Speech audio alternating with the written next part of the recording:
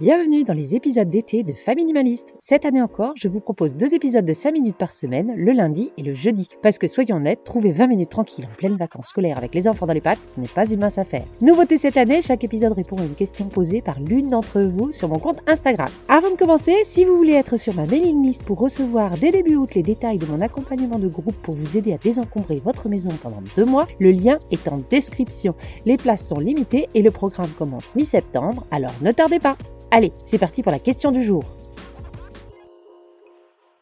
Avant de lancer officiellement cette série d'été, je tenais à vous remercier pour tout le soutien que j'ai pu recevoir cette année sur le podcast. J'ai réussi à me tenir à mon rythme de faire 3 épisodes tous les 15 jours. C'est grâce à vous, ça demande énormément de travail, plus d'une dizaine d'heures par semaine. Donc merci beaucoup pour vos messages, vos notes, vos étoiles et même vos dons sur la plateforme Ko-fi. Ça m'aide aussi à pouvoir couvrir un petit peu les coûts de production du podcast. Merci à vous, ça a été une belle saison et j'ai déjà hâte de me relancer dans les grands épisodes dès la rentrée.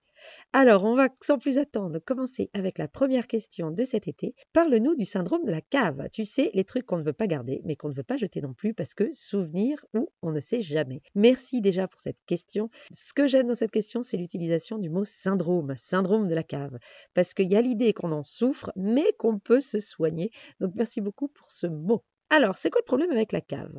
Le gros problème, c'est que la cave, c'est le lieu où vivent toutes les décisions que l'on n'a pas voulu prendre à un moment donné. On a eu un objet dans nos mains, on ne savait pas quoi en faire, donc au lieu de le jeter, de se débarrasser, de le vendre, n'importe, on se dit que tant qu'il y a de la place dans la cave, il pourra y aller là, et ça nous évite de prendre cette décision. L'autre problème de la cave, c'est que tant qu'on met des objets là-dedans, tant qu'il y a de la place, on se dit qu'il n'y a aucun impact. Et ça, c'est faux, parce que déjà, les choses vieillissent mal dans une cave, et 2, vu que c'est loin des yeux, loin du cœur, on rachète les objets, même ceux qu'on avait gardés au cas où, on n'a pas envie d'aller se mettre dans cette cave-là, donc on rachète les choses sans le savoir. Et puis surtout, à chaque fois qu'on est obligé d'y aller, on se sent coupable d'avoir autant de choses qu'on a accumulées dans notre cave dès qu'on y fout les pieds. L'autre souci, c'est quand on veut trier, quand on se dit que trop c'est trop.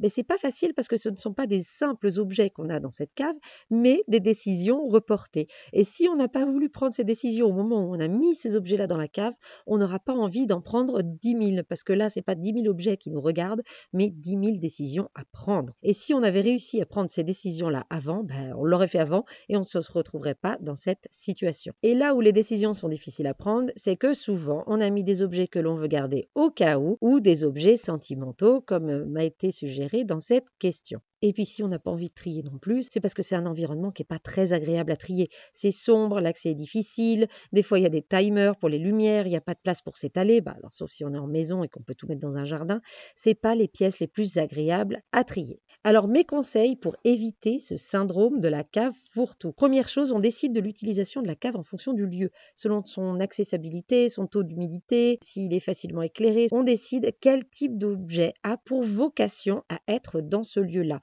Pour moi, ce sont les objets saisonniers ou les objets trop encombrants type valise. Tout ce qui n'est pas saisonnier ou encombrant n'a rien à faire dans une cave. Ça, ce sont nos critères à nous en fonction de notre cave à nous. Je vous invite à trouver vos critères à vous. Si un objet ne rentre pas donc dans ces paramètres de cette utilisation-là, ça rentre pas dans la cave. Je prends la décision de quoi faire d'un objet quand je suis pas sûre si je dois le garder ou non tout de suite. J'arrête de le voir comme un purgatoire d'objets, mais comme une pièce qui a un sens et qui a une utilité. Et enfin, dernier conseil, on se limite en termes de capacité de stockage. On aménage cette pièce, on met des étagères, on trouve des boîtes, et si les choses ne rentrent plus dans les boîtes ou sur les étagères, là, il faut vraiment se mettre à faire du tri. Pour le tri, j'aurais presque un seul conseil pour vous. Si vous ne pouvez pas nommer avec précision le contenu de la cave ou d'une caisse dans la cave, c'est que ces objets peuvent partir sans regret. Un objet au cas où ne sera pas utilisé s'il est loin de vos yeux ou loin de vous physiquement, surtout si vous devez faire des expéditions archéologiques pour le retrouver. Un au cas où à la cave ne sert à rien. Et enfin, un souvenir dans la cave ne sert à rien non plus. Si nos yeux ne croisent jamais ce souvenir, à quoi sert-il? Il ne sera pas réactivé. On le garde juste par acquis de conscience, ça ne sert à rien. Les souvenirs sont en nous, pas dans les objets, et les objets auxquels on tient n'ont rien à faire dans une cave. Donc souvenirs ou au cas où n'ont rien à faire dans vos caves. Si vous voulez un petit peu plus de détails pour trier les objets au cas où ou les objets sentimentaux, je vous mets les liens en description.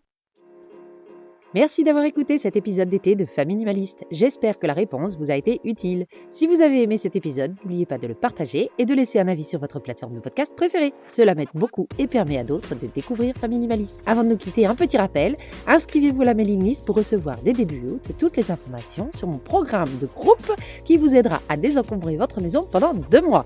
Les places sont limitées. À très bientôt pour un prochain épisode. Et en attendant, n'oubliez pas, même pendant les vacances, vivre avec moins, c'est vivre avec mieux.